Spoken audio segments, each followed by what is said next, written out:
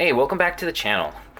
So this week we're going to be doing some work on the original Nintendo Famicom. So for those of you guys that don't know, this is the Japanese version of the Nintendo Entertainment System. So this thing was released all the way back in 1983, so 2 years before it came to the United States. And it has some pretty big differences. So it's way smaller than the North American version. You can see that the controllers are actually attached to the console, and they're not very long cords. So, I mean, if you're using this thing, you have to be kind of close to the television and to the console itself. And then the controllers themselves are pretty cool. So, you know, they have the same button layout, but you can tell that controller 2 does not have a pause or select button. And it does have a microphone, which is cool. There's a couple of games that use that, including the original Legend of Zelda.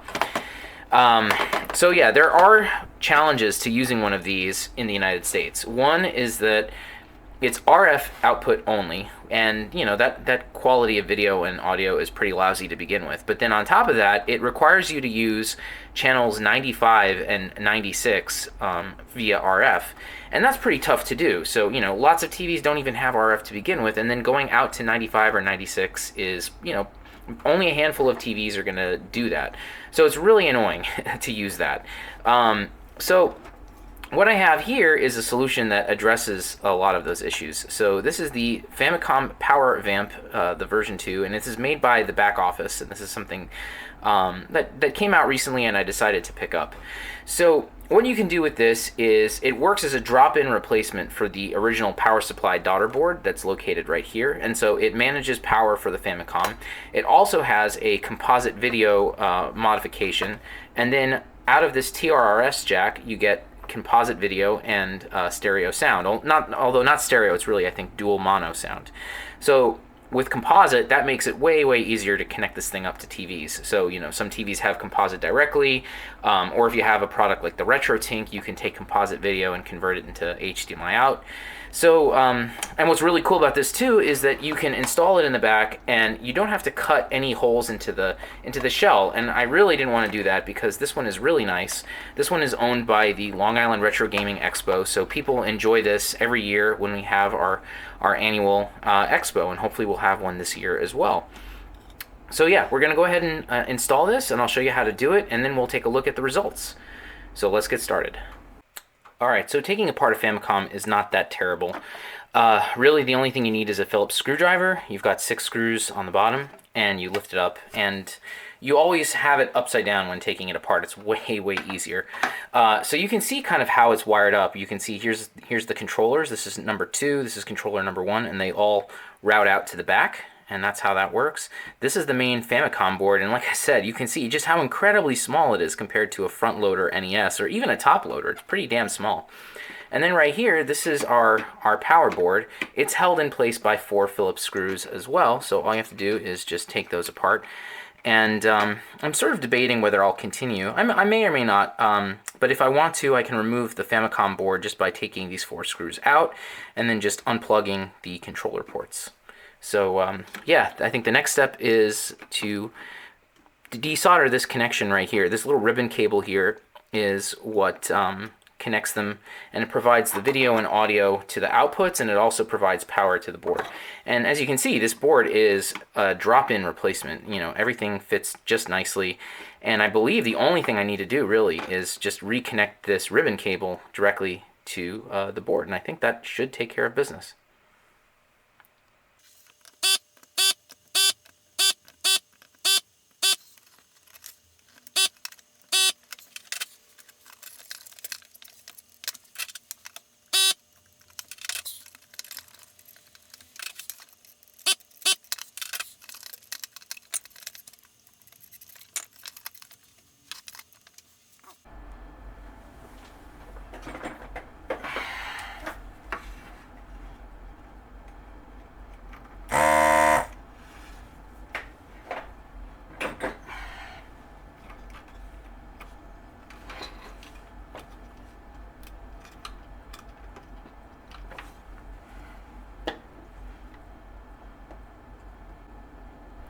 Okay, so now everything is desoldered, and so the next step really is just to reassemble everything with the ribbon connector.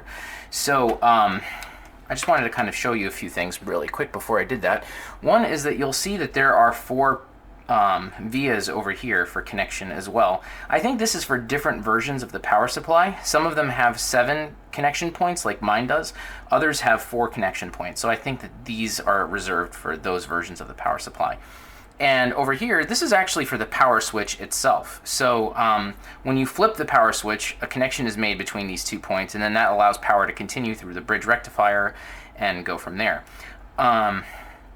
So these 2 wires here are for the power switch, and you can put them in really in any orientation. I don't think it really matters. For those who want to know, this red wire here, this is placed on the center pin of the power switch, and then this white wire is on the extreme left if you're looking at it from underneath. So yeah, I think what I'm going to do is I'm going to connect the red one over here to the one closest to the power jack, and then the white one will be over here on the furthest one from the power jack. So yeah, next thing is just to get everything soldered into place.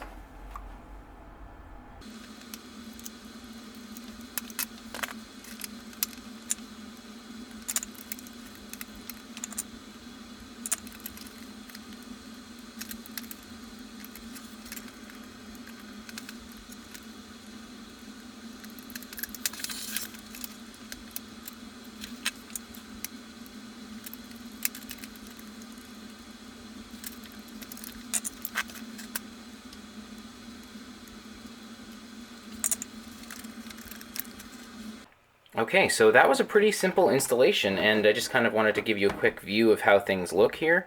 So you can see the TRRS jack fits right here where the RF modulator used to be, and the kit also can come with an optional set of cables, so that I recommend doing that if you can, so you don't have to find separate cables. These are definitely going to be just fine with it. So it has that TRRS jack on one side, and then on the other side you've got your video and your audio, so nice and simple. All right, and so then the last thing we need is power for this thing. So what I'm going to be using, and you can use any 9-volt power supply really. The polarity can be either to the center being positive or the center being negative. The kit will work with either type of power supply.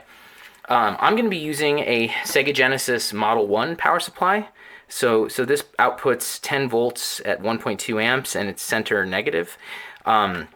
These are just fine to use with a Famicom. You absolutely should not use a official American NES power supply in any way. Those are AC power supplies, and so they will absolutely do damage to your Famicom. I cannot tell you how many of those I have fixed in the past. So make sure it's a DC power supply that's 9 volts with either polarity. Okay, so we're back and I've reassembled the Famicom, and I just have a game plugged in to give it a shot. And just so you guys know for future reference, the cable that's supplied with the kit is wired so that red is your video and white is your sound. So it's pretty straightforward. And even if you make a mistake, just switch the cables around when you're plugging it into your TV and you should be good to go. Okay, so let's see what happens. Oh boy, hide lied. Oh man, this game is pretty rough. But it looks great. So let's go ahead and just start it up a little bit and see how things look. Yeah, so everything looks really good here. And as you can hear, the sound is crisp, the video is looking really good. You may find, depending on your model of Famicom, that there are some versions which have jail bars. This one doesn't seem to have that, but depending on what you happen to have, you may have jail bars. That has absolutely nothing to do with this modification. That's just intrinsic to the Famicom itself. I think there are some modifications you can do to get rid of that, but that's not something I can really cover here in this video. All right, so that's it. I mean, I think this is a really nice little beginner's project, and it's very simple to do. It's really clean. You don't have to cut anything with your shell, and it just makes it so much easier to use this thing on a normal television. So if you guys like this content, consider subscribing to the channel. I have videos out every Friday. If you're interested in buying new mods, you can also do that on my website at oneuprestorations.com. And thanks again for watching, and I'll see you guys next time.